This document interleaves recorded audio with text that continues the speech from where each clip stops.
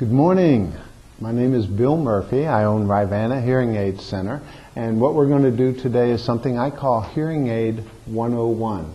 What I'd like you to do is get very comfortable using hearing aids.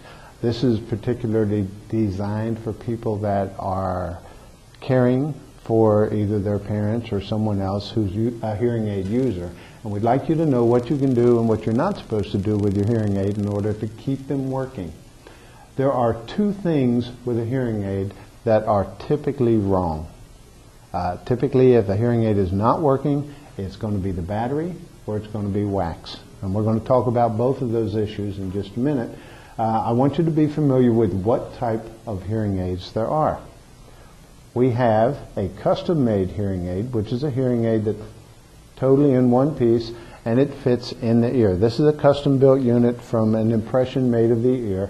Typically, the batteries go into the door, not into the hearing aid, but they go into the door, and then you close them. Every hearing aid is built to where, when you take it out in the evening, you want to open the battery door. That gives the hearing aid a chance to dry out, because the whole day you've been wearing it, it's been picking up moisture, and it also gives the battery a chance to quit drawing power. Batteries are an interesting thing with hearing aids.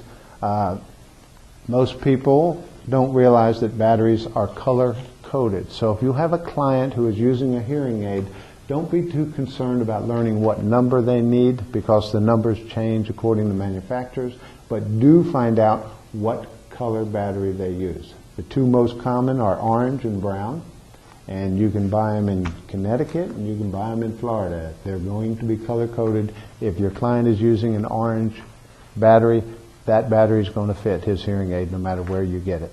So it's an easy way to go. You need to know if a hearing aid is working or not.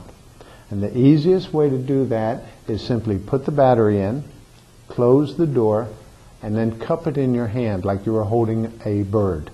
And the hearing aid will sing. Now, some of today's newer hearing aids have a 15-second delay before they start to whistle.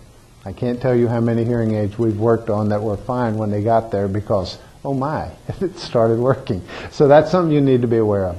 The other thing you would do, particularly with a custom-made hearing aid, they typically have wheels on them, they have buttons on them, they have switches on them. Nothing you can do is going to hurt that. Okay, so don't be afraid to turn things around, to push buttons, to change things. Once you put the battery in, if you don't get any sound when you cup it, turn the volume wheel. There's a little wheel, and the easiest way to do that is the top of the wheel goes toward the nose on both sides. So if you orient the hearing aid to whichever side it's going to be in, then the top of the wheel turns toward the nose. And if you remember that you're basically being nosy when you turn it toward the nose, then you'll remember the volume is just getting louder. When you go to put the batteries in a hearing aid, the easiest way to do it, all of the batteries come to you with a little bitty tab on them.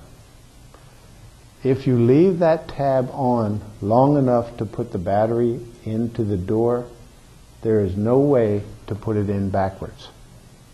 One of the most frequent repairs we do at our office is to replace a battery door. Because if you put the battery in backwards and then close the door is going to pop off. Then the next thing you know, you're digging a battery out of the hearing aid because your client thought, well, that's where it went, down in that little slot. So remember, the battery goes into the door, and if you leave the tab on, you'll always have it oriented the way it's supposed to be. Mind you, you have to pull that tab off in order for it to activate and in order for the hearing aid to work for you. Okay? They are going to last typically a week to 2 weeks. Some of the older hearing aids, if you have a size 13 battery, may last almost a month. My advice to you is, if you have two hearing aids, always change both batteries at the same time. It'll just make your life easier. Because if one of them died on Sunday, trust me, by Monday or Tuesday, the other one's going to die too. Life is too short for that. Change both batteries at once. Just make things easier for you. We have hearing aids that have customized units that go down into the ear. This is known as a behind the ear, a BTE hearing aid. It also has controls on the back, be it a program button or a volume control. The battery goes into the bottom. Once again, if you leave the tab on the battery, there's no way you're going to get it in there backwards. It just makes life a little bit simpler when you do that. I have an issue a lot of times. People will come in and say, Mom's left hearing aid quit working, and I put 4 batteries in it and it's still not working. Make life a little bit simpler for yourself. If Mom has 2 hearing aids and the left one quits working, take the battery out of the right side and put it into the left one. And that way you'll know, is it the battery or is there another issue? So if it works, then it was the battery. If it doesn't work, then you've got a wax issue more than likely. 80% of the issues that you have with a hearing aid can be fixed in-house.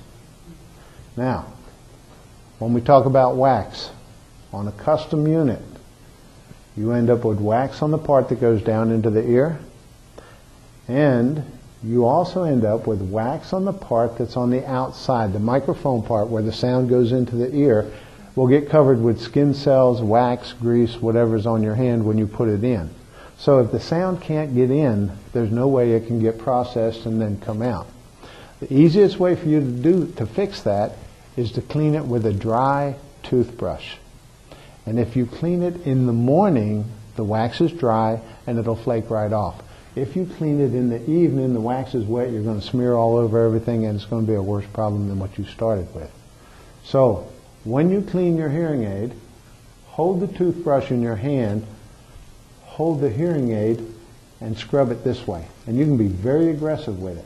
But what you want is for the wax to fall down. You don't want it to fall down into the hearing aid. You want the wax to fall down into the brush. And like I said, you can be very aggressive with that, and it works very well. So, clean them in the morning, not the evening. Wax will sometimes work its way up inside the receiver, inside this little bitty tube. One of the complaints we get is that my hearing aid works fantastic until 3 o'clock in the afternoon. And then it's like, is this thing working? Is this thing working? What happens is if you get wax in there, wax expands when it heats up. So in the morning, it's been sitting on the dresser all night. They close the battery door, they put the hearing aid in, it's whistling just fine, everything seems good, and then about 2 o'clock in the afternoon, it's like, I don't think this thing is working. That's what it is. You've got wax on the inside in the receiver. That's something that we can fix at the shop. We just put it on a vacuum and draw that out. So that's one of the things you need to be working for, because it's a little bit deceiving, because tomorrow morning it's going to be working fine. It will not be an issue. Behind the ear hearing aids come with a plastic tube. This plastic tube can be very, very thin. It can also be very, very thick. But it should always be very flexible. What happens is, as time wears on, the tube has a tendency to get harder, has a tendency to contract. When it contracts, it doesn't transmit the sound as efficiently as it does when it's soft. So, some people have to do it every 90 days, depending on their body chemistry. Some people get by and do it every 8 months, every 9 months. But when you find the tube is getting difficult to bend, when you find the tube is getting hard, bring it in, let us put a new tube in it. A very, very common complaint is that the tube will come out of the ear mold, and you end up with 2 pieces. You can't fix this at home, but we can fix it at work. So bring it on in, and we'll be glad to take care of that. It's not a big deal. Once again, it goes back to changing the tube out a couple of times a year, typically. So, if you use a battery tester, that takes away a lot of the grief and aggravation. If you're not sure about the battery, what you do basically is push the battery tester up here, and it will show dark. If the battery is good, it won't do anything if the battery is bad. And that kind of takes away some of the guesswork, and it's really good if you only have one hearing aid to play with. So, putting the hearing aids in, red goes to the right. Every hearing aid is marked one way or the other with either blue or red writing on it, or a red dot or a blue dot. Red always goes to the right. If you have one where you can't find the marking, if you have one that you can't see where it goes, take a piece of nail polish, just a little touch of nail polish, put it on the underside of the hearing aid, and that way you'll be able to know. They should go in very, very easily.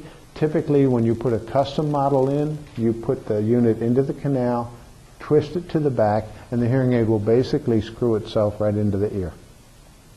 So, don't be afraid to use an alcohol swab when you're cleaning the hearing aid. Like I said, wax is your biggest issue. Once you get rid of the wax, if you wipe it down with an alcohol swab, that'll get it nice and clean, and then it should be working again. So, volume controls can turn the hearing aid off.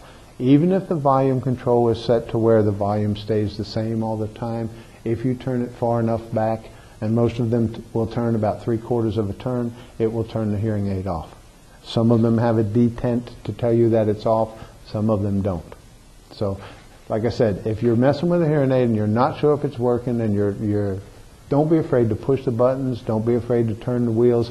You can't mess that part up, because once you open the battery door and close it again, it's all going to default to this level. So it makes life much easier. I hope that helps. If you have any questions, well, let's talk.